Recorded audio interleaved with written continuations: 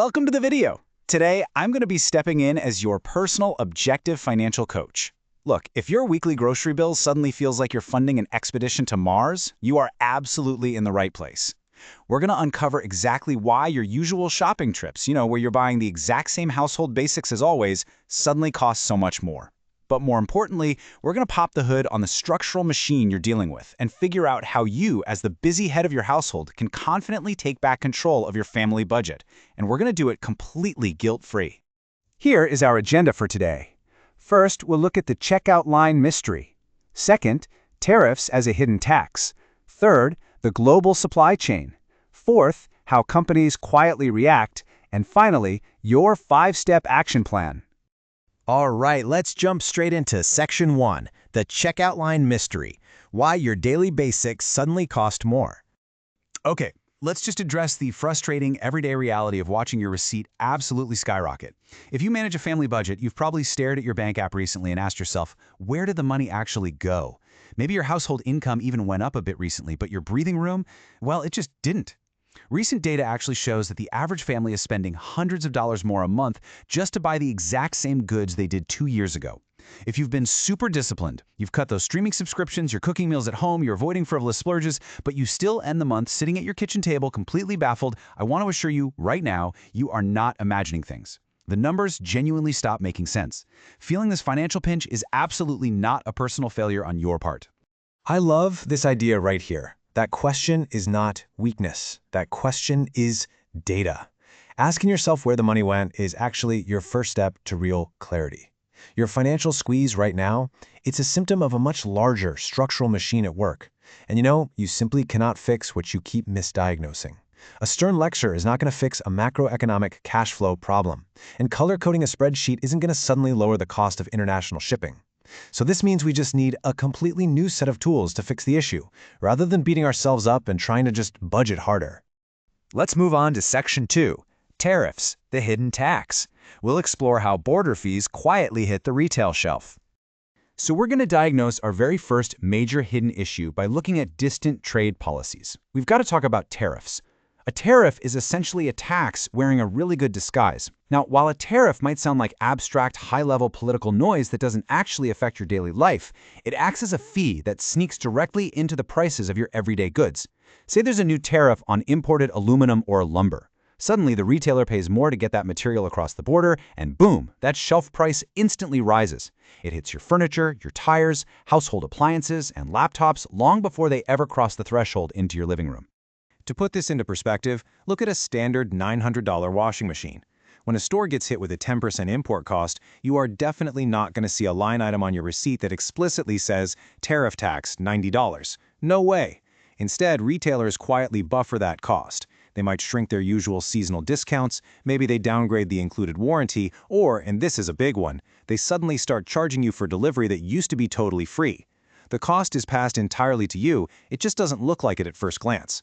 Once you see this side-by-side reality, it's like a light bulb goes on. You can start spotting the categories where policy-driven costs are hiding, and you can finally stop treating every single price jump like you did something wrong.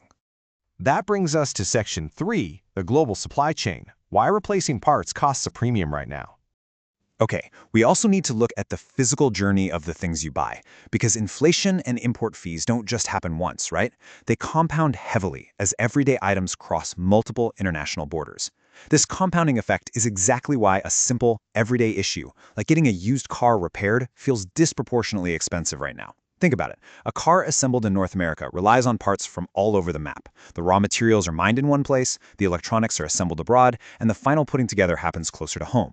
When you get that repair bill, you aren't just paying for the mechanic's labor. You are paying for an entire global parts chain that is being tightly squeezed by trade policy, shipping constraints, and super strict inventory limits. And because these supply chain costs fluctuate so wildly based on exactly where those specific components originated, your major takeaway here is that big-ticket household purchases now require strict, uncompromising comparison shopping. Whether it's a car repair, a new washer, or a laptop, listen, your first price quote is simply a starting point. It is not the final word. You absolutely have to shop around because different suppliers are feeling the supply chain squeeze at completely different levels. Let's look at Section 4. How companies quietly react. The invisible changes to your products. So let's explore the business side of the equation for a second, because corporations try to buffer these rising import costs behind the scenes long before they ever raise the visible price tag on the retail shelf.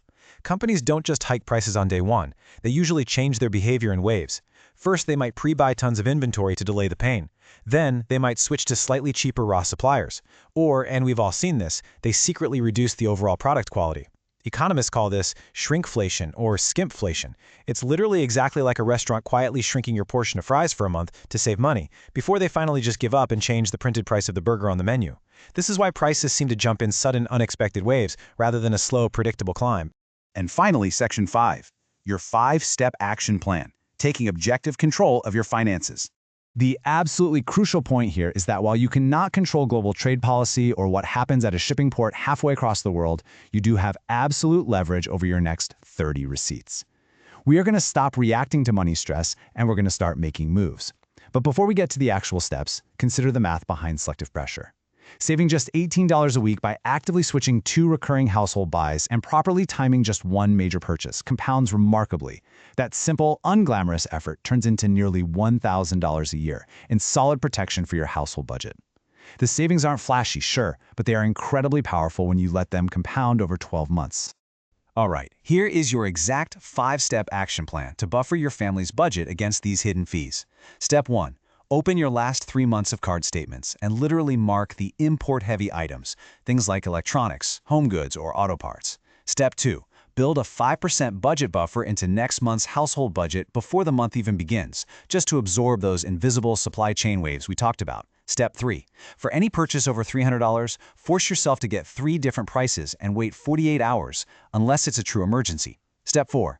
Head to the grocery store, use unit pricing, and switch just 1 brand name staple to a store brand this week. Literally, just 1. Finally, Step 5. Move the actual difference you saved right into a high-yield savings account so that money doesn't just vanish into thin air. As your coach today, I want you to set a timer for 30 minutes this week and just tackle the very first step. The goal here isn't to be perfect overnight. The goal is to prove to yourself that you are not stuck. Naming the real, structural, macro drivers behind your rising costs gives you the ultimate power. It lets you stop playing the financial game blind. Once you know that a price increase is a policy issue and not a reflection of your own personal budgeting skills, everything shifts. So I'll leave you with this. Will you keep swinging at shadows, or are you ready to take objective control of your financial future today? The choice is yours.